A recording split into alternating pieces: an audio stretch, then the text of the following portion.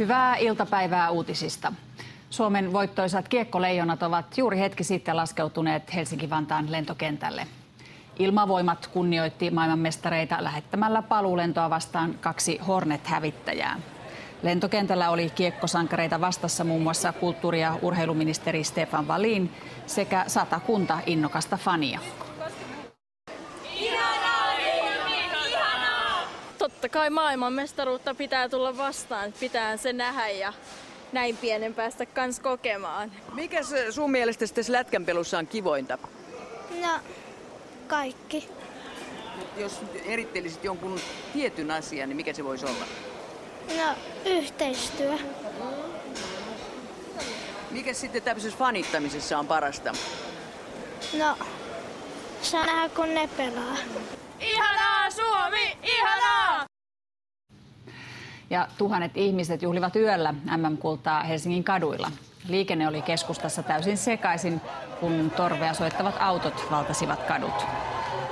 Pitkään kaivattua voittoa juhlittiin muun muassa suihkulähteissä ja raitiovaunupysäkkien katoilla.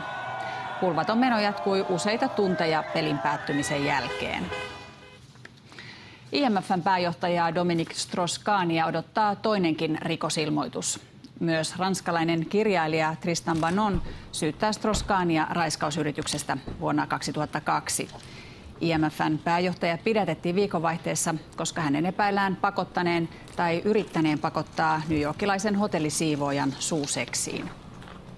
Haagin kansainvälisen rikostuomioistuimen syyttäjä esittää Libyan johtoa pidätettäväksi. Syyttäjän mukaan on olemassa riittävä näyttö siitä, että Muammar Gaddafi on syyllistynyt rikoksiin ihmisyyttä vastaan. Gaddafin poika Saif on syyttäjän mukaan värvännyt palkkasotureita ja maan tiedustelupäällikkö murskannut väkivaltaisesti mielenosoituksia. Ja täällä meillä sääennuste lupaa Pohjois-Lappiin vielä lumisateita. Huomenna päivällä tulee monin paikoin ajoittaisia kuurosateita. Aurinkoisinta on rannikon läheisyydessä. Päivälämpötila kohoaa etelässä parhaimmillaan 15 asteen tuntumaan. Pohjois-Lapin räntä- ja lumisateissa jäädään lähelle nollaa. Ja me palaamme kiekkoleijonien voitonjuhliin tietysti 7 uutisissa. Siihen saakka näkemiin.